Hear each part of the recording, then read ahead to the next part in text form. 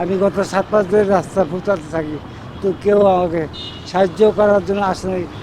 মতো বাড়তে পারে এরকম দিনই এসে জানি 7 দিন না খাওয়া।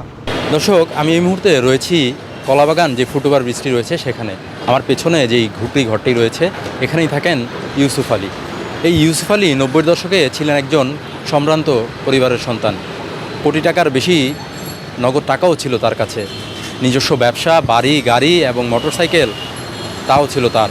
এই গাড়ি এবং মোটরসাইকেল নিয়ে পরিবারের সাথে দাপিয়ে বেড়াতেন সড়কের রাজপথগুলোতে।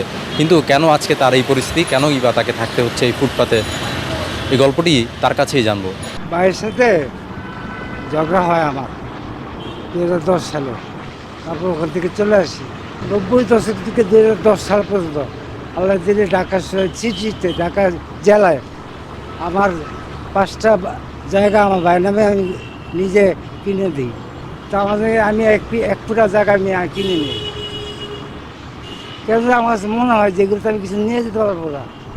তখন থেকে মনে হতো টাকা পয়সা এত কিছু তখন আমি তো কিছু নিতে পারবো না।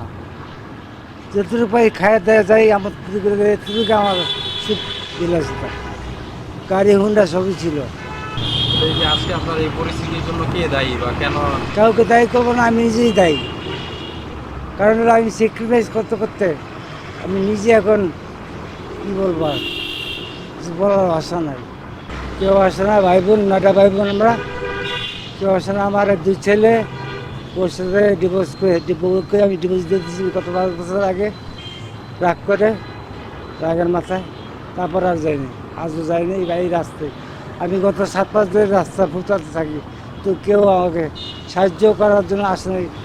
মতো বাড়তে পারে এরকম দিনই এসে জানি 7 দিন না খাওয়া।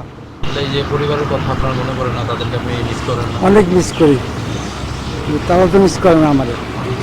আল্লাহ যা আল্লাহ দিয়ে মানুষের দান করে, যা করে ওইটাই খাবার।